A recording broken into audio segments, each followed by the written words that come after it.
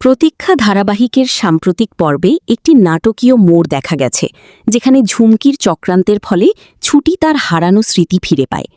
এই ঘটনাটি গল্পের মোড় সম্পূর্ণ বদলে দিতে চলেছে এবং ঝুমকির আসল পরিচয় সংকটের মুখে ফেলেছে।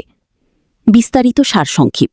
রান্নাঘরে না গিয়েও বাগান থেকে সংগৃহীত উপকরণ দিয়ে চমৎকার ঘি ভাত রান্না করে বাড়ির সকলের মন জয় করে নেয় ছুটি। এমনকি ঠাম্মিও তার রান্নার প্রশংসা করেন এবং ছুটির প্রতি তার কঠোর মনোভাব কিছুটা শিথিল হয়। বাড়ির সকলের এই প্রশংসা এবং ছুটির প্রতি ক্রমবর্ধমান ভালোবাসা ঝুমকির মনে তীব্র ঈর্ষা ও রাগের জন্ম দেয়। চরিত্রের দ্বন্দ্ব ও গোপন সত্য। ঝুমকি নকলপরী, ভয়, জেল হওয়া এবং সম্পত্তি হারানো। ছুটি আসল পরী, শক্তি, হারানো স্মৃতি ও পরিবারের ভালোবাসা। ঝুমকি মনে মনে স্বীকার করে যে সে আসলে এই বাড়ির আসল মেয়ে পরী নয়, বরং ছুটিই হল আসল পরী।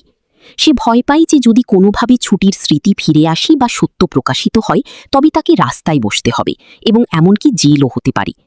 নিজের অস্তিত্ব টিকিয়ে রাখতে সে ছুটিকে চিরতরে সরিয়ে দেওয়ার পরিকল্পনা করে। সুযোগ বুঝে ছুটি যখন সিঁড়ি দিয়ে নিচে নামছিল, তখন ঝুমকি তাকে পেছন থেকে ধাক্কা মেরে ফেলে দেয়। সিঁড়ি থেকে পড়ে গিয়ে মাথায় গুরুতর চোট পায় ছুটি। তবে এই দুর্ঘটনাই শাপে বর হয়ে দাঁড়ায়। মাথায় অতিরিক্ত আঘাতের ফলে ছুটি তার শৈশবের হারানো সমস্ত স্মৃতি ফিরে পায়। পরবর্তী পদক্ষেপ ও পরিকল্পনা। ঝুমকি ছুটিকে রাস্তা থেকে সরানোর জন্য চূড়ান্ত পদক্ষেপ গ্রহণ করে। স্মৃতি ফিরে পাওয়ার পর ছুটি তার আসল পরিচয় পরী হিসেবে নিজেকে প্রমাণ করার চেষ্টা করবে। ঝুমকি তার জালিয়াতি ধরা পড়ার ভয়ে নতুন কোনো চক্রান্তের জাল বুনতে পারে। ছুটির স্মৃতি ফিরে আসা ধারাবাহিকের কাহিনীতে একটি ইতিবাচক মোড় নিয়ে এসেছে।